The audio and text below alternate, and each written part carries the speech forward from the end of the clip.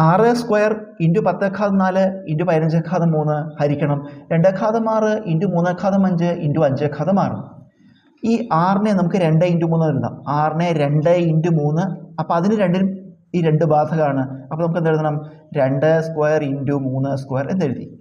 അതുപോലെ 10നെ 2 into 5, 2 into 5 അതിന് രണ്ടിനും 4 കൊടുക്കുക, ഇൻറ്റു 2⁻4 ഇൻറ്റു 5⁻4 ഇൻറ്റു അതുപോലെ 15നെ 3 ഇൻറ്റു 5, രണ്ടിനും 3 കൊടുക്കുക, 3 ക്യൂബ് ഇൻറ്റു 5 ക്യൂബ് ബൈ. ഇതൊന്നും പിരിച്ചെഴുതാൻ പറ്റില്ല, അതൊക്കെ പ്രൈം നമ്പേഴ്സാണ്. 2, 3, 5 അഭാജ്യ സംഖ്യകളാണ്. അതുപോലെ എഴുതുക 2⁻6 ഇൻറ്റു 3⁻5 ഇൻറ്റു 5⁻6. കൃത്യംഗ നിയമം ഏഘാതം എം ഇൻറ്റു ഏഘാതം എൻ സമം ഏഘാതം എം പ്ലസ് എൻ. ഈ കൃത്യംഗ നിയമപ്രകാരം നമുക്ക് ഇത് രണ്ടും കൂടി എന്തെഴുതാം?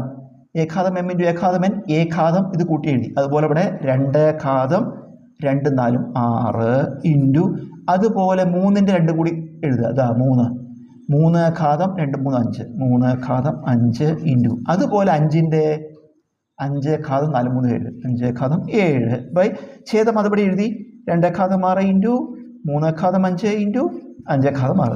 നമുക്ക് 2⁻6 വെട്ടിപ്പോയി, 3⁻5 വെട്ടിപ്പോയി, ഇത് 5⁻7, ഇത് 5⁻6.